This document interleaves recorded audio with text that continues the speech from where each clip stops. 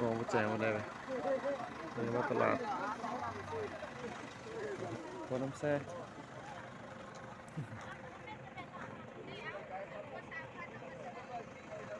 เฮ้ยมาเห็นอ่ะนะเจ้าขายตลาดตะแม่ก่อนอันนั้นมาแต่เม็ดไข่จะไปไม่เป็นไว้นี่นะไว้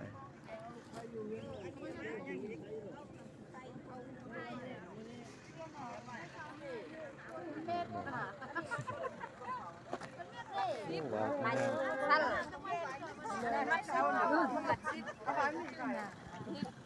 มีใบอันนี้นะไว้นะ โอ้ยบายพวกอันนั้นเอาไป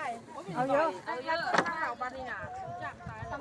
ชุดยืดเปไปส่งให้ตู้กันน้ำดาว ตอนรอราคากันอยู่ ไปพวกอันอะไรไม่อยากกันนะ หลาย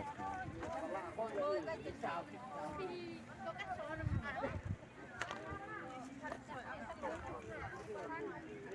เห็ดเลยโอ้เห็ดงามอ่ะ เอานึ่งแคมนึ่งอันนี้ได้ได้เนาะ15ซื้อหมดแกงมือเลย งามเลยเนาะราคาปลาเนี่ย ขาบ้าน ราคาบ้าน นั่นขาป่าอันนี้ขาป่าดูกับ ราคาปลาเท่าไหร่ อันนี้ราคาป่าอันราคาบ้านนี่ยังไม่จะมัดจะมุนเลยล่ะขาบ้านนี่สำคัญ เนี่ย เอาไปหมอมบกเอาอีใบมีบอลเสื้ออันนี้สมัคร50ป่ะมันมีบอลใส่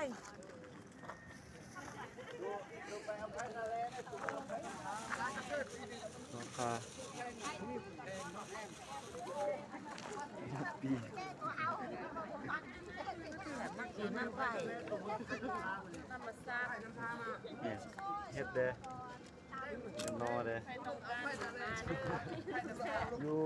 เอาช่วยเด้ มาขายทุกมือเลยเนาะขายทุกมือนี่ตอนแรกอยู่น่ะแถวควนน้ำแซ่เนี่ยระวังน้ำท่าแล้วกันนั่นแหละ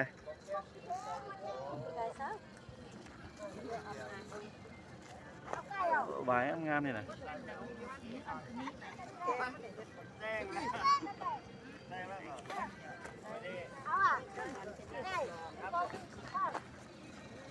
นอนพุงเลย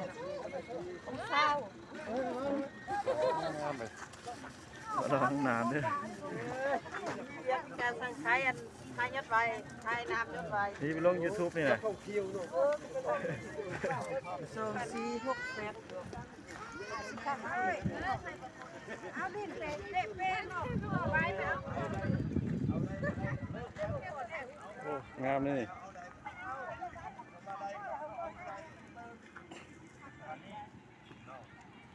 โอเคบ๊ายบายขอบใจ